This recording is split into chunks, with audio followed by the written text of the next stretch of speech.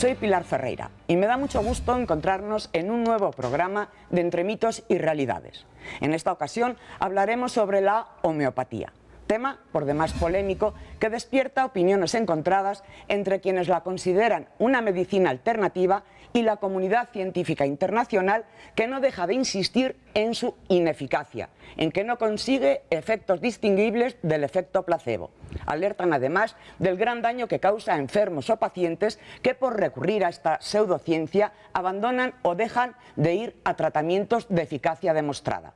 Y ahora, Catalina, si te parece, nos presentas a los invitados. Gracias, Pilar. Y yo soy Catalina Noriega y con mucho gusto saludo a la doctora Antonia Lavanderos Vélez y al doctor Rui Echevarría Rodríguez. La doctora Lavanderos es médico cirujano homeópata, egresada de la Escuela Nacional de Medicina Homeopática del Instituto Politécnico Nacional, exdirectora de dicha institución y docente de la Academia Terapéutica Homeopática. El doctor Rui Echevarría, a su vez, es coordinador de enseñanza del Departamento de Historia y Filosofía de la Medicina de la Universidad Nacional Autónoma de México. Ha sido presidente de la Sociedad de Historia y Filosofía, con dos personalidades tan importantes. Empezamos. Y yo le querría preguntar a la doctora Lavanderos, ¿en qué consiste la homeopatía? ¿Cuáles son las diferencias básicas, doctora, con la conocida como medicina alópata? Bueno, la homeopatía es un método clínico, terapéutico, inductivo, basado en la ley de los semejantes. De ahí hay parámetros muy importantes en los cuales tenemos que basar una prescripción. Primero, la individualidad de cada uno de los pacientes, no de la enfermedad, sino del paciente. Otro, la dosis mínima adecuada, que es diferente a la dosis que utilizan en la alopatía. Algo importante también que tenemos que considerar nosotros para prescribir un medicamento homeopático metodológicamente es ver sus antecedentes genéticos, su predisposición, independientemente de dónde se desarrolla el ser humano. La genética es importante.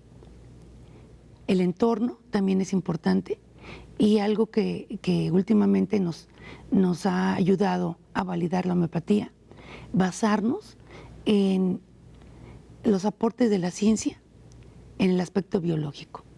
¿Pero cuáles son los principios de la homeopatía? Los principios de la homeopatía, primero es la ley de los semejantes.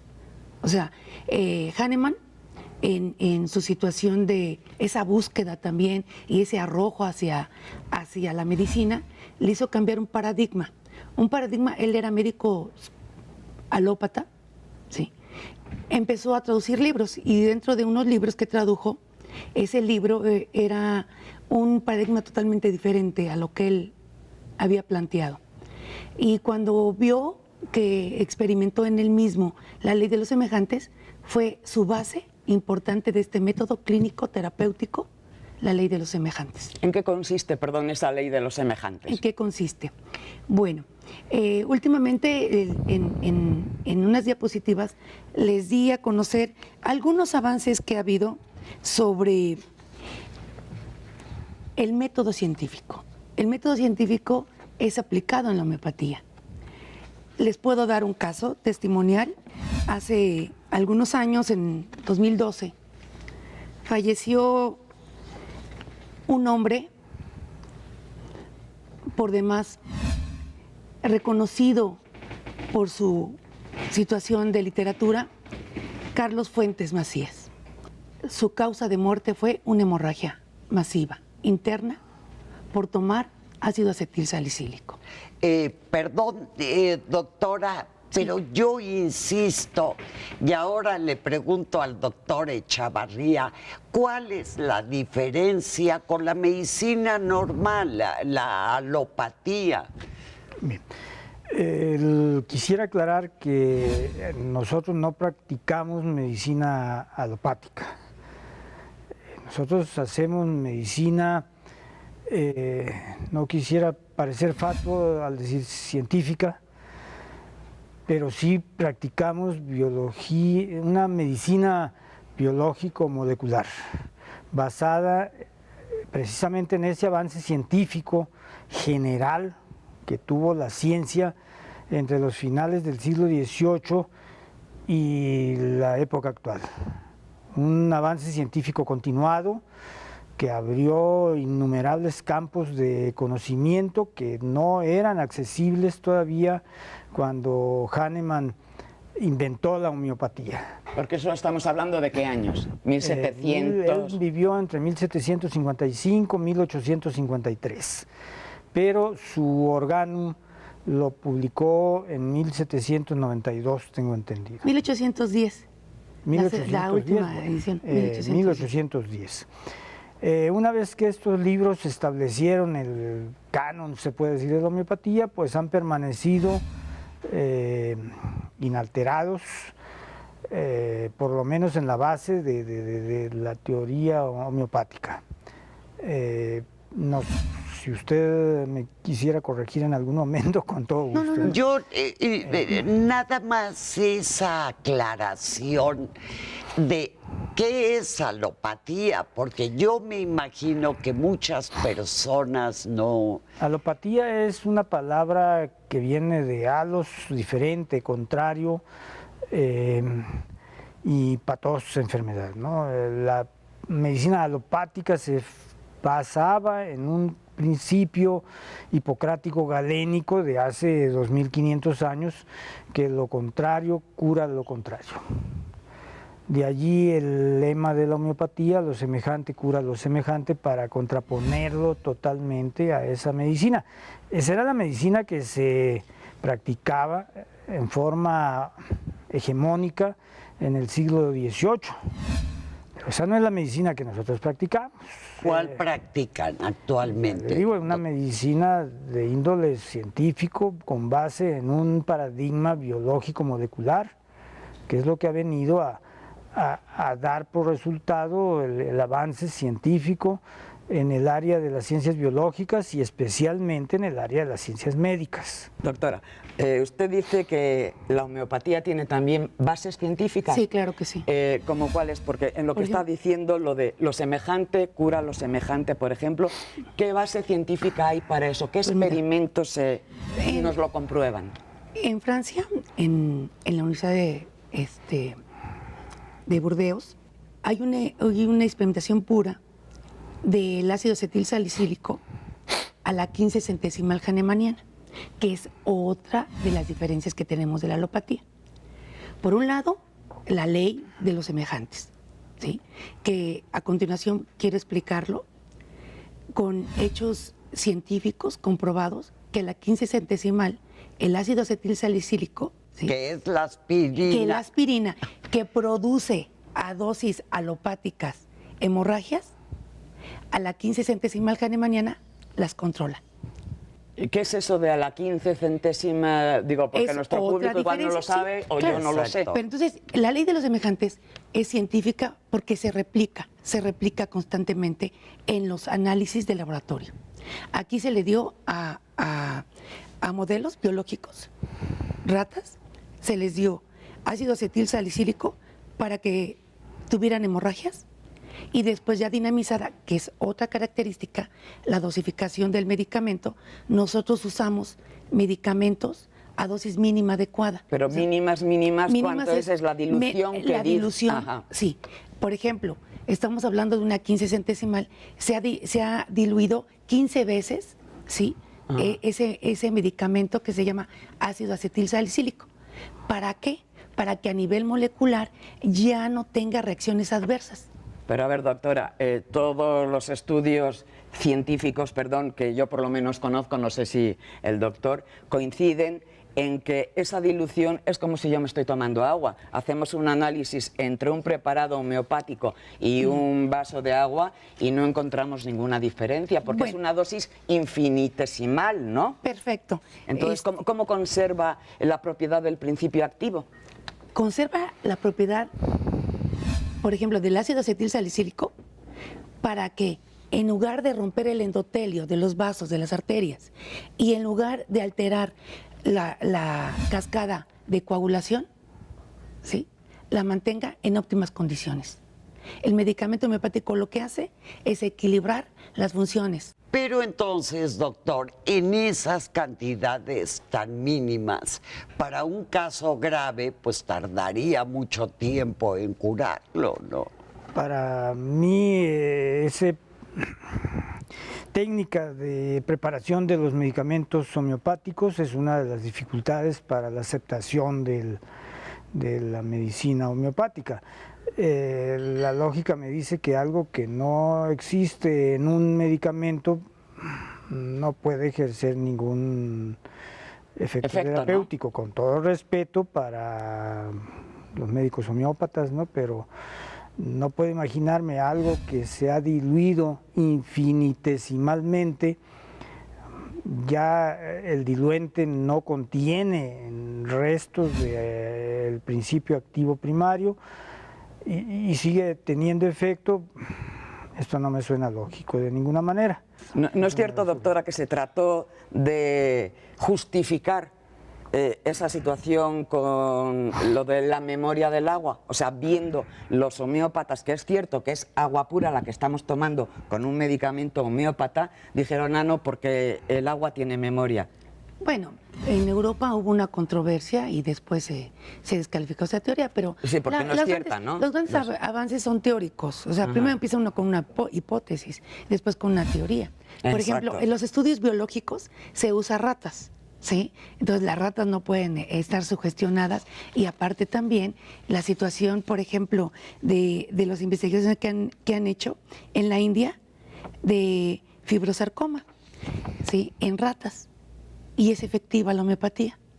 Por ejemplo, el hipericum, que es un medicamento también homeopático que actúa en los receptores del dolor, disminuye el dolor y también ha sido en modelos tanto biológicos como clínicos. ¿Está usted de acuerdo con eso? Desconozco el experimento al que hace referencia la doctora. En la India desconozco los experimentos del hipericum. Sin embargo, sigo pensando que un método pues que elimina el principio activo del medicamento, me cuesta mucho trabajo aceptar que pueda actuar. Y todavía más si mencionamos que en la dilución corsocoviana se trata de eliminar completamente, ¿no? Así es. Bueno, hay tres escalas. Perdón, tenemos que hacer una pausa y regresamos porque si no, no nos da tiempo. Okay. Así es.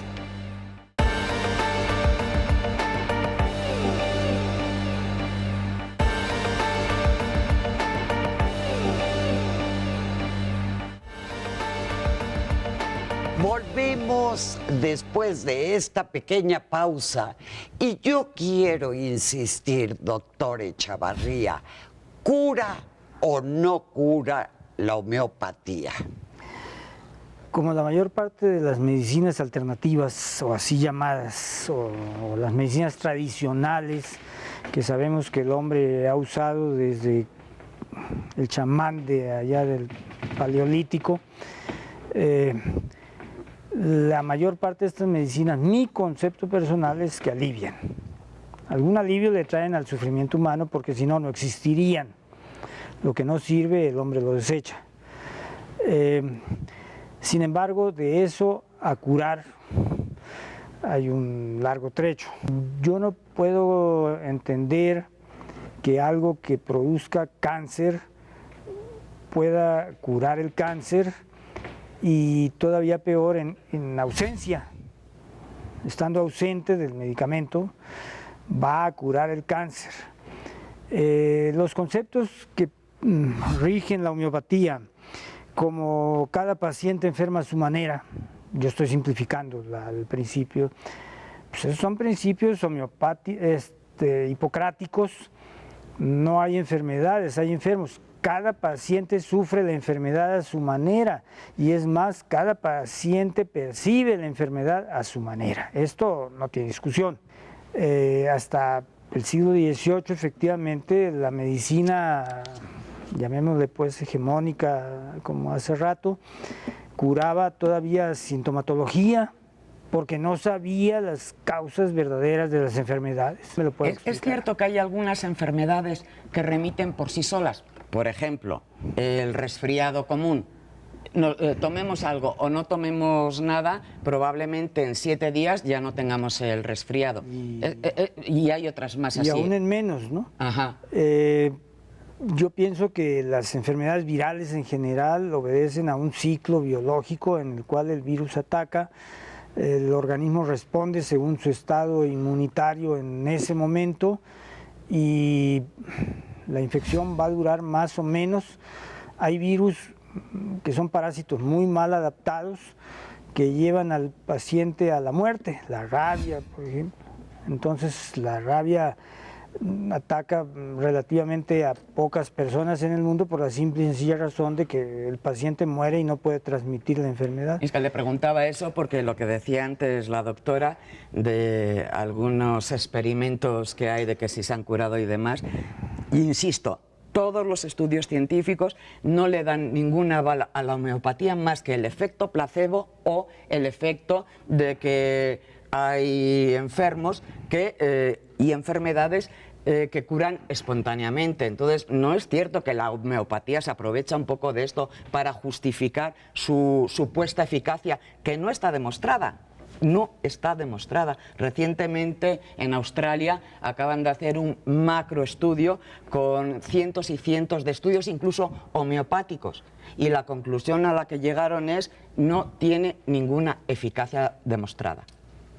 Bueno, eso es lo que usted como parámetro y como marco de referencia ha leído. Ajá. Pero yo traigo algunos 5 o 6 experimentos en laboratorio que dicen lo contrario, ¿sí?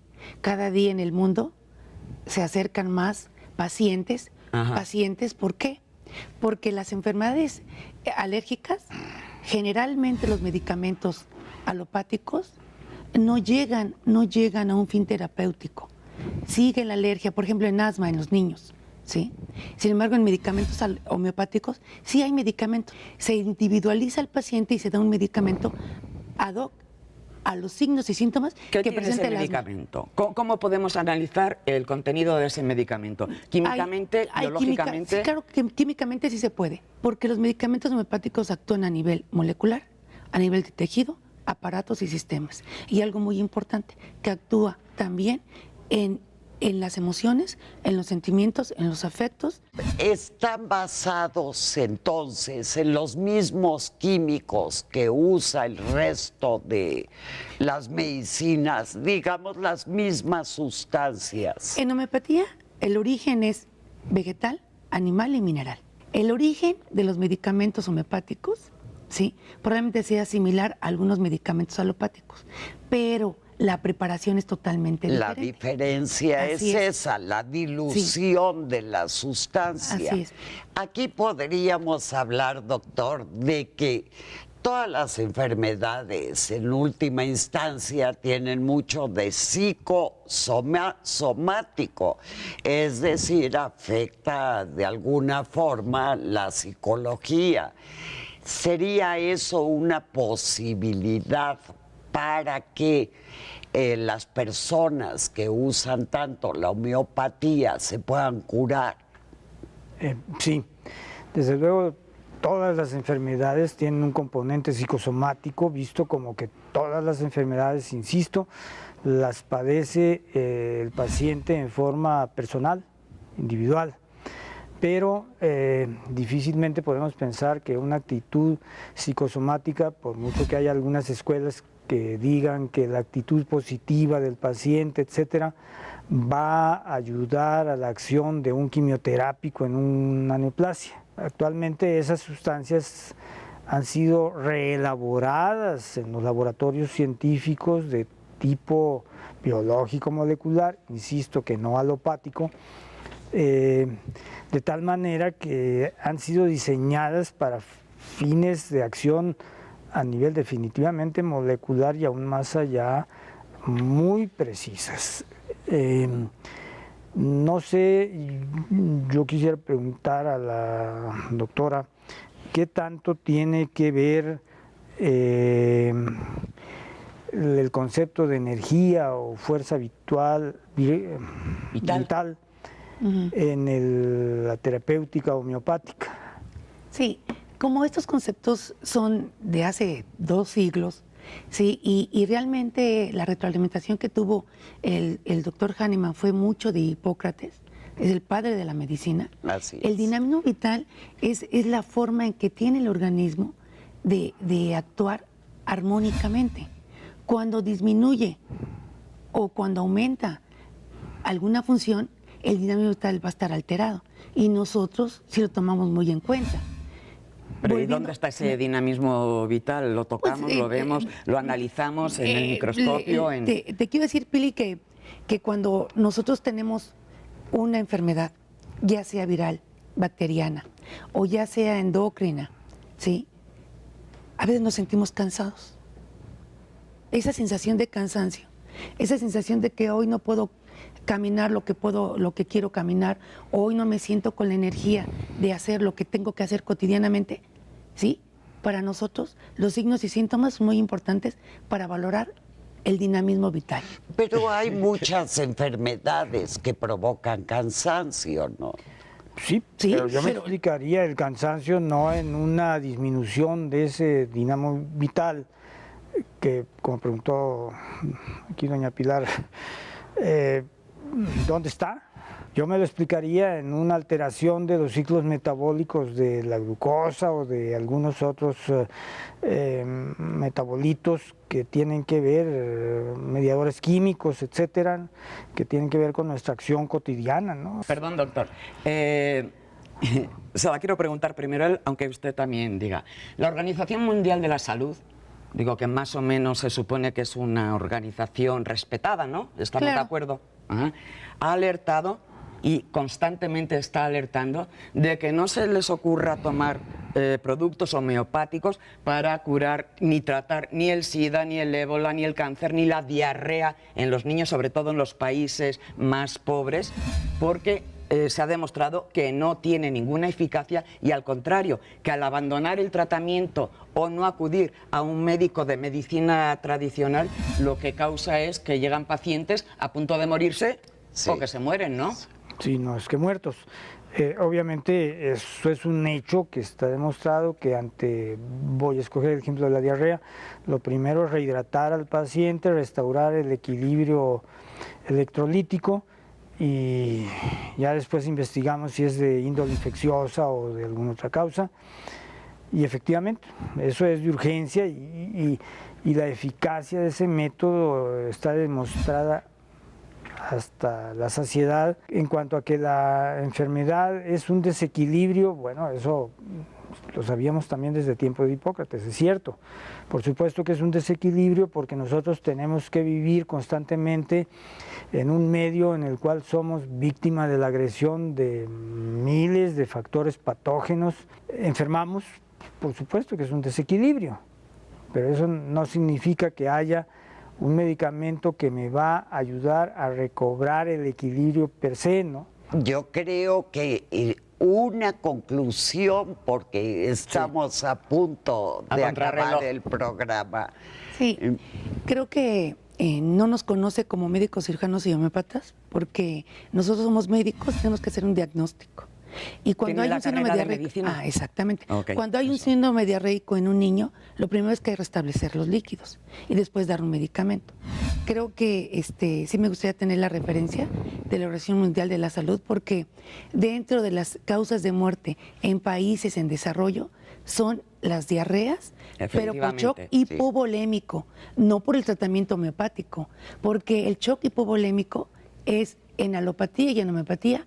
¿Por qué? Porque muchas veces la situación de acceso a la salud en los enfermos más necesitados tardan muchísimo en llevarlos, pero se mueren por shock hipovolémico y no por medicamento homeopático. No. Perdón porque igual me expresé mal. Lo que quise decir es que la Organización Mundial de la Salud alerta que no se trate a esa población con medicamentos homeopáticos ante una diarrea, que acudan a los médicos.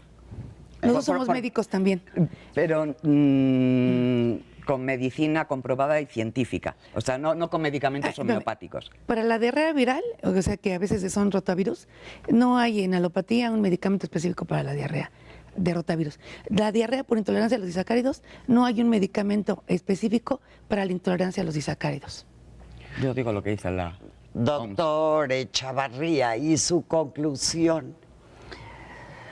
Para mí la profesión, la teoría de la medicina homeopática es una posición respetable desde cualquier punto de vista, en tanto no se aporten más argumentos en su contra. Podríamos ponernos un poco prácticos al decir que a mí en lo particular no me importa de qué color sea el gato mientras case ratones. Me estoy plagiando a un dirigente chino muy famoso, pero si la homeopatía ayuda a aliviar el sufrimiento humano, vale, ¿no? Pero de que yo crea en las bases teóricas de la homeopatía, no, como tampoco creo yo en las bases teóricas del yin y el yang y en algunas otras cosas que tengo que admitir que en algunas ocasiones alivian el sufrimiento. Muy bien. Muchas gracias, doctor. Pues gracias a nuestros invitados por su participación. Por supuesto que se nos han quedado muchas preguntas por formular y también muchas dudas por resolver, pero estamos esclavos del tiempo. Sin embargo, esperamos haber aportado algunos argumentos que nos ayuden a distinguir entre mitos y realidades en un tema tan importante como es el de nuestra salud. Los invitamos a que nos acompañen en nuestro próximo programa. Gracias.